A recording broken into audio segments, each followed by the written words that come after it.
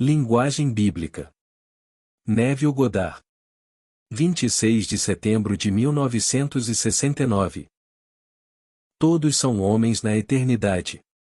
Rios, montanhas, cidades, aldeias. Todos são humanos, e quando entrais em seus seios, caminhais nos céus e nas terras. Assim como em seu próprio seio você carrega seu céu e terra. E tudo o que você vê, embora apareça fora, está dentro. Em sua imaginação de que este mundo de mortalidade é apenas uma sombra. Jerusalém, de William Blake. Você pode se perguntar sobre o que Blake está falando, mas esta é a linguagem da Bíblia. A linguagem bíblica evoca em vez de descrever. Fala de outro mundo, de outro homem e de outra era, pois, na verdade, todos os lugares da Bíblia são humanos. No livro do Apocalipse, João vê Jerusalém tornar-se uma mulher, descendo do céu adornada como uma noiva para o seu marido. E no capítulo 5 de Miqueias somos informados que Belém é aquela mulher da qual Deus vem. Ouça atentamente as palavras. Tu, ó Belém, és tão pequena para estar entre os milhares de Judá, mas de ti sairá para mim aquele que há de governar em Israel, cuja origem é desde os tempos antigos, desde os tempos antigos. Portanto, ele os entregará até o tempo em que aquela que está de parto tiver dado à luz. Então lemos no 63º capítulo de Isaías. Ó Senhor, Tu és nosso Pai, nosso Redentor desde a antiguidade é o Teu nome. Aqui vemos o ancião de dias como nosso Pai Redentor e, como Belém, estamos todos em trabalho de parto, redimindo tudo e trazendo à luz o Pai de toda a vida como nosso próprio eu. Um dia você conhecerá um mundo imaginativo onde as montanhas, os rios, as cidades e as aldeias são humanos. Tudo lhe será possível lá, pois quando suas faculdades imaginativas despertarem, todo o pensamento será objetivamente real. Não me importa o que seja, todos os seus atos imaginais se tornarão instantaneamente um fato objetivo. Isto nos é dito em todo o Antigo Testamento, mas a sua linguagem evoca e o homem tem dificuldade em compreender. No capítulo 14 de Jeremias você encontrará estas palavras: Tu, Senhor, estás no meio de nós. Somos chamados pelo teu nome, ou não nos deixe. O nome do Senhor é o Eu Sou. Como alguém poderia existir e ter o nome o Eu Sou ou tirado dele? Se você não pudesse dizer o Eu Sou, você deixaria de existir. Você pode sofrer de amnésia total e não saber onde está, quem é ou o que é, ou mais, porque Deus permanece fiel à sua promessa, você não pode deixar de saber que você é. E aquilo que está enterrado em sua alma deve se apresentar e, quando isso acontecer, você é Deus. Você não afirma corajosamente: Eu sou Deus sem qualquer garantia de que você é. Isso seria bobagem. Andar pelas ruas proclamando: Eu sou Deus, sem ter seu plano de salvação revelado dentro de você, seria o cúmulo da insanidade.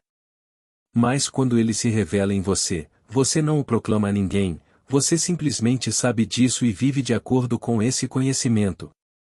E a única maneira de ele se revelar em você, como você, é ter seu filho diante de você e chamá-lo de pai. Então, tendo cumprido o Salmo 89, você também dirá: Encontrei Davi. Ele me disse: Tu és meu pai, meu Deus e a rocha da minha salvação. Quando este rapaz está diante de você, você sabe exatamente quem ele é e quem você é, pois esse relacionamento foi estabelecido antes que o mundo era. Sabendo que você é o Deus eterno que é Pai, você compartilhará esse conhecimento fantástico, não esperando 100% de aceitação, mas permitindo que todos respondam ao que você diz. Vendo suas fraquezas e limitações, alguns acreditarão em você e outros desacreditarão. Não deixe que isso importe para você, simplesmente conte e siga seu caminho até o final do tempo previsto. Então, com o descarte de suas vestes de carne e sangue, suas fraquezas são removidas e você desperta como Deus. Aqueles que ouviram e aceitaram suas experiências provarão suas palavras em um futuro não distante e também despertarão como o ancião dos dias. Os olhos mortais não podem ver o ser que realmente sou. Eu sei que sou o ancião dos dias. Nunca comecei e nunca terminarei. Parece que comecei a tempo. Isso porque me enterrei na minha criação, no tempo. Eu sou o Melquisedeque das Escrituras, e aquele que não tem pai, nem mãe, nem genealogia, nem começo de dias, nem fim de dias. Eu sou a eternidade, enterrado e acordado em minha criação. E porque sou o pai de toda a vida, o meu filho, Davi, e a personificação de tudo a que dei vida, através da experiência, e estará diante de mim para testemunhar a minha paternidade. O pai de Davi se chamava Jessé, que significa eu sou. É aquele pai que, reconhecendo Davi, diz: Tu és meu filho, hoje eu te gerei. Esta experiência será sua quando sair das fornalhas ardentes, pelas quais cada um de nós deve ir a passar. O Senhor não nos disse: eu te provei na fornalha da aflição e experiências, por minha causa, por meu próprio bem eu faço isso, pois como meu nome deveria ser profanado? Minha glória não darei a outro. Só existe Deus, então ele não pode dar sua glória a outro. Tendo-se enterrado em sua criação, quando ele se levanta de seu local de sepultamento, ele ainda é Deus, mais aprimorado além da medida pela razão de se tornar sua própria criação e ressuscitar nela, individualizado.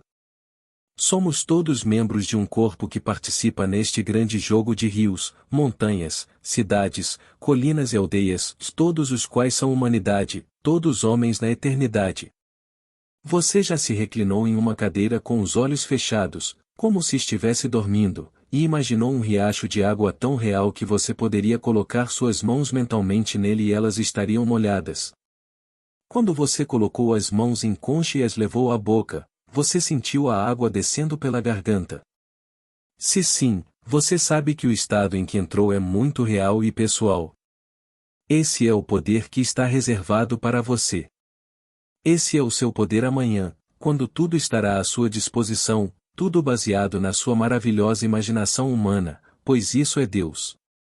Tomando sobre si todas as fraquezas e limitações da carne, Deus tornou-se como você é, para que você se torne como Ele é. E quando Ele desperta dentro de você, você é Ele. Se você acreditar em seu próprio mundo maravilhoso e imaginativo, tudo estará sob seu controle e mais tudo. E você saberá que todos em seu mundo estão dentro de você, para serem contatados à vontade. Que ninguém pode escapar de você, e quando você se eleva dentro de você, todos se elevam com você. Essa é a história das Escrituras. Enquanto estiver aqui, você poderá testar seu poder criativo com base em seus desejos. Você pode desejar algo que acha que não pode pagar ou não tem tempo ou conhecimento para aproveitá-lo. Você pode pensar em 1000 razões pelas quais sua posse é impossível, ou mais, e ouvindo que a imaginação cria a realidade, e você pode imaginar que a possui. Mas imaginar não basta, ou você deve ter fé suficiente em seu ato imaginal para acreditar em sua realidade. Quando você imagina que é a pessoa que deseja ser, deve acreditar firmemente que já é, e então espere com fé que sua suposição apareça em seu mundo, pois esse ato imaginal tem sua própria hora marcada. Ela vai amadurecer e florescer. Se parece longo para você, espere, pois é certo e não será tarde. O elo entre o seu ato imaginal e a sua realização é a sua fé, que nada mais é do que a sua apropriação subjetiva da sua esperança objetiva. Esperando que o seu desejo, já apropriado subjetivamente, e seja verdadeiro, a fé é o seu elo com a sua objetividade. Haja como Deus e simplesmente deixe que assim seja. Deus disse: haja luz, deixe o sol aparecer. Deixe a lua aparecer. Depois do seu ato imaginal, Deus deixou tudo aparecer, sustentando-o pela fé, sabendo que sem fé é impossível realizá-lo. A fé é a certeza das coisas que se esperam, e a prova das coisas que ainda não se veem. Se você tem fé na realidade do seu ato imaginal, ele deve se objetivar no seu mundo. Agora, para realmente entender as Escrituras, você deve ter algum conhecimento das experiências ali registradas, porque elas não são deste mundo. A Bíblia fala do novo homem que está em você. É para esse homem de espírito que estou apelando, pois ele pode acreditar na realidade de um ato imaginal. O você exterior conhece uma realidade que pode tocar, ver e ouvir. Sua crença é baseada na evidência dos seus 5 sentidos e da razão. Mas estou apelando para o Cristo que há em você, que é a sua maravilhosa imaginação humana e um com o Senhor. Este magnífico poder criativo está enterrado em você e surgirá em você e não como outro, mas como você mesmo. Isto será feito quando o muro da perdição, que divide vocês dois, for derrubado. Se falo dele, estou insinuando a existência de dois, mas quando digo, eu sou, estou falando de apenas um. Assim, Cristo se torna um comigo, tornando-se eu mesmo. Mas não saberei que sou ele até que tenha experimentado tudo o que as Escrituras me dizem que só aconteceu com ele. Meu renascimento é o resultado da ressurreição de Jesus Cristo dentre os mortos, pois disse que ele ressuscitou da mesma sepultura em que foi sepultado. Como só existe um crânio, apenas um túmulo, e acordei dentro do meu crânio e descobri que estou sozinho, não fui eu quem se deitou ali para dormir. Se me perguntassem quem estava tendo essa experiência, eu responderia, eu sou, e eu sou não é dois, e eu sou, é um só. Acordei no Gólgota, de meu próprio crânio, e saí daquele crânio, como dizem que Belém trará alguém para mim, alguém que governará como Deus. Tente governar como Deus. Sabendo que tudo é possível à sua imaginação, imagine algo que a sua razão e os seus sentidos negam e veja se funciona. Se isso acontecer, então você não governou seu mundo como Deus? É assim que Deus age. Ele imagina e deixa aparecer. E quem é ele? O ancião dos dias. No livro de Daniel, é dito, veio como um filho de homem, que foi apresentado ao ancião de dias e eles se tornaram um. A palavra traduzida como filho do homem é o aramaico para a palavra eu ou um. Isso é tudo o que significa.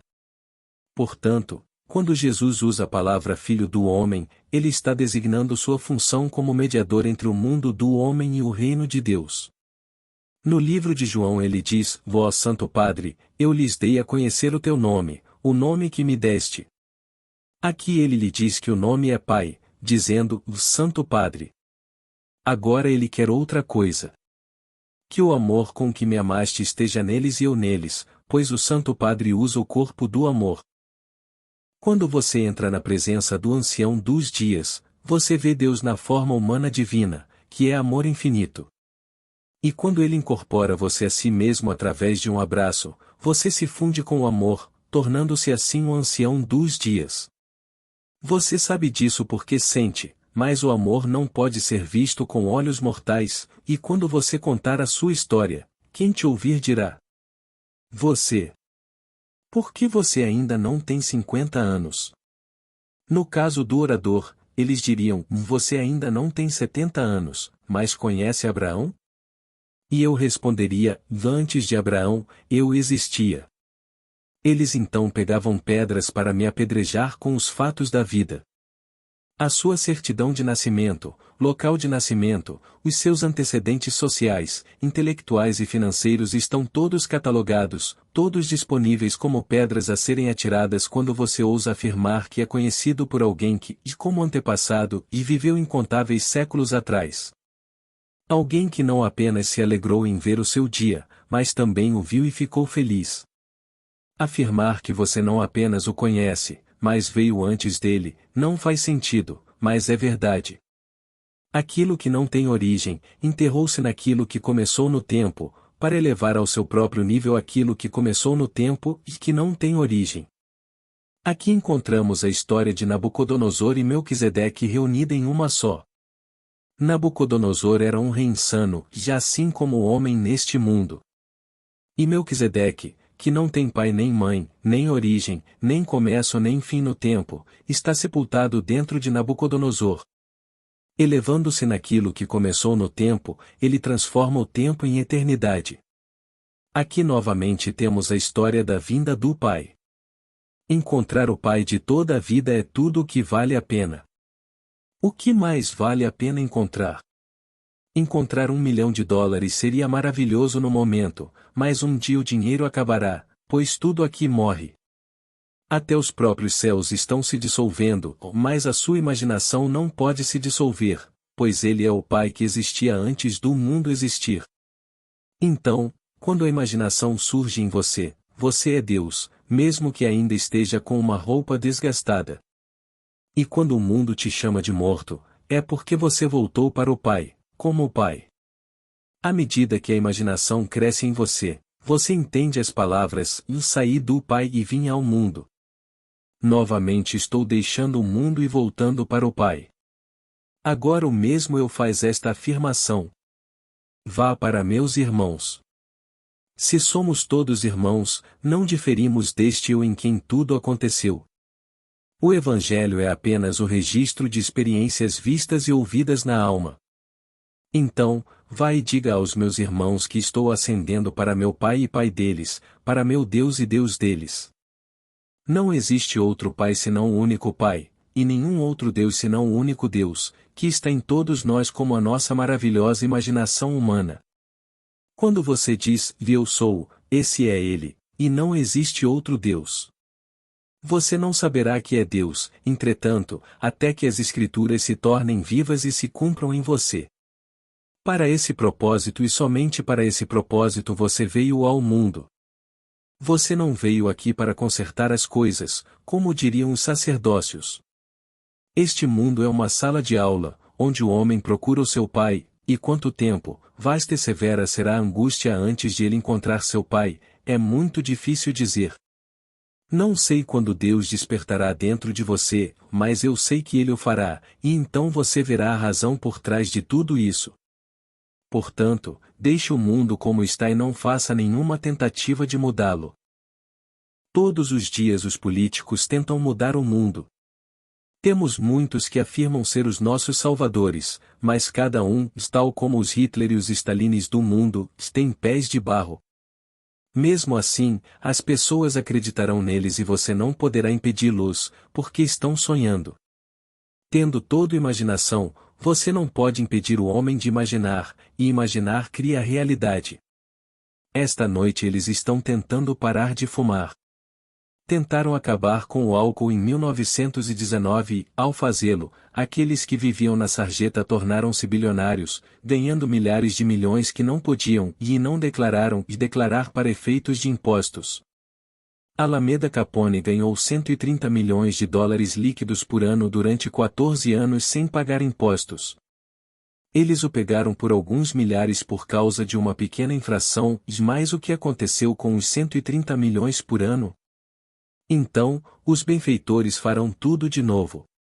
Agora vão começar a proibir os cigarros, e em vez de receber US$ 6.000 milhões em impostos da indústria, o dinheiro irá para as mãos daqueles que farão com que aqueles que querem cigarros os consigam. O homem nunca aprende a lição. Lembro-me bem da proibição. Vim para Nova York em 1922 e lá permaneci até 1952, por isso conheço bem a cidade de Nova York. O velho Rockefeller, aquele que realmente fez fortuna, era dono de cerca de 6 quarteirões entre a Quinta e a Sexta Avenida. Toda a sua família ocupava um quarteirão na 54 TH Street. Antes da construção da Radio City, ele possuía e alugava prédios de 2 e 3 andares. Um dia, seu filho disse: "Você percebe que todos esses prédios são bares clandestinos?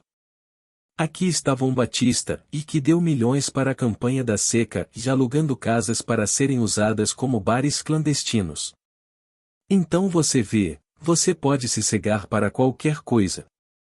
Eu te digo, e a proibição é estúpida. Você pode educar um homem fora de um estado, mas não pode proibi-lo de ocupá-lo. Se eu lhe dissesse que lhe daria a terra se você não pensasse em um macaco pelas próximas 24 horas, eu ficaria com a minha terra, pois você não conseguiria fazer isso.